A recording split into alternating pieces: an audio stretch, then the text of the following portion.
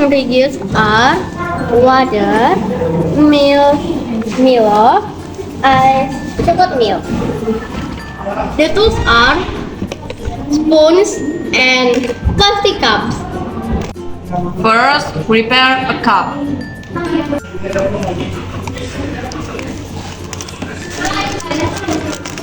Then, add powder Milo, chocolate milk, a little water. After that, stir well.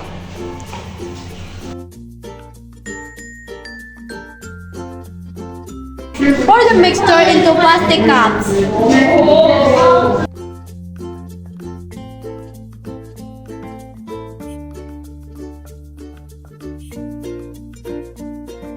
Like that, add ice into the cup.